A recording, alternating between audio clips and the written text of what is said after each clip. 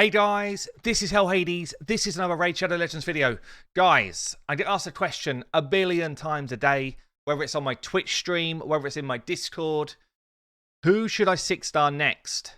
Okay, and since yesterday, the question has kind of transformed. It's like, should I 6-star Ninja? Or should Ninja be my first 6-star? Okay, so we're going to cover some of those questions off today. Firstly, let's just cover off the first easy one. Should Ninja be my first 6-star champion? Okay, the simple answer is no, he should not. Ninja is not a brilliant campaign farmer. And your first 6-star champion should always be somebody who can farm the campaign really fast.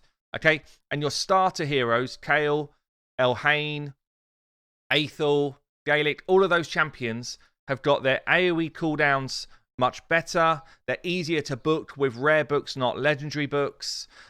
They don't need 100% crit rate to get their max damage away.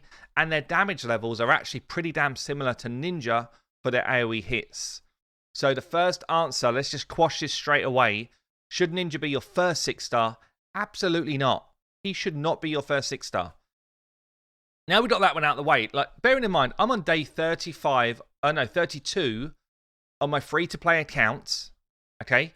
And on day 32, I've got 2 6-stars, yeah? And I'm going hard on this account. I'm not just playing it casual. I'm going for it.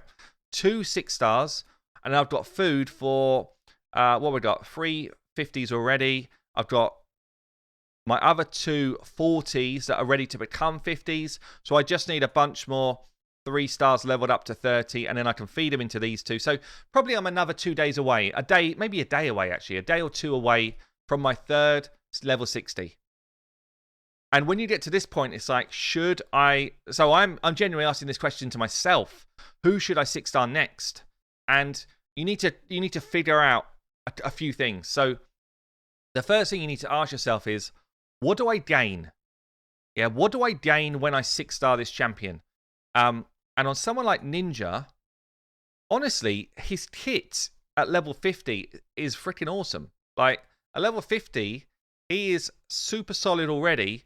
You already get all of your A2, which is about HP burns. That's already happening at level 50. You don't need 60 for that. Your AoE freeze is already happening, okay? And if you think to yourself, what's Ninja mainly in here for? He's here for debuffs. He is not here for your damage dealer. He can do damage, and he's not bad at doing damage. But honestly, he's your debuffer. And debuffers generally don't need to be level 60 to be effective. I like to get my clan boss team nailed before I go on to other bits of content.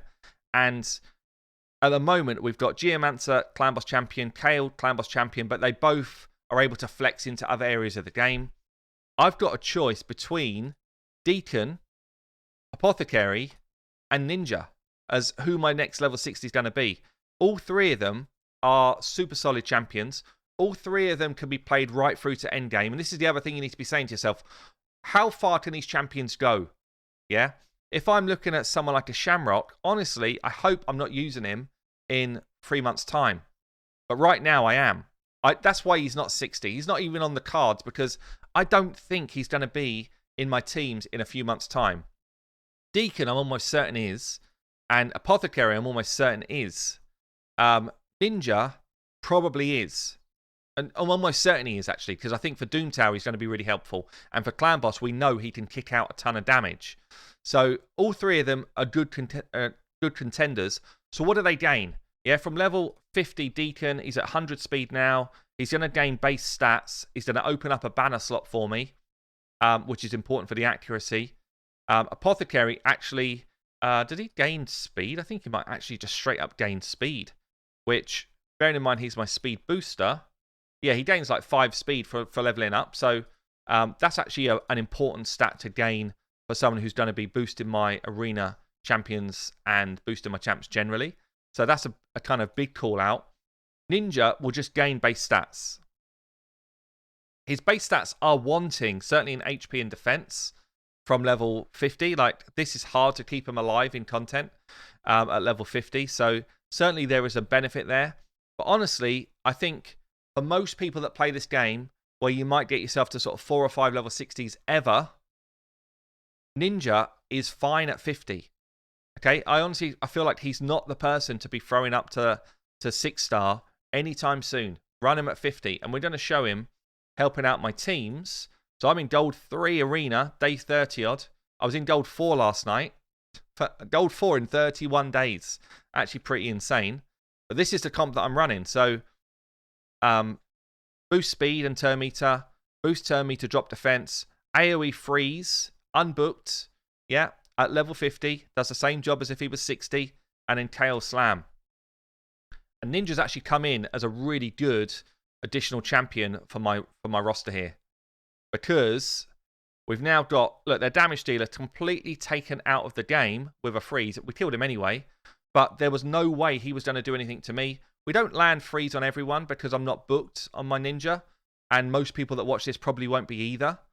But you don't need to really. As long as you take a few champions out of the game, we've got a good chance of winning the fight.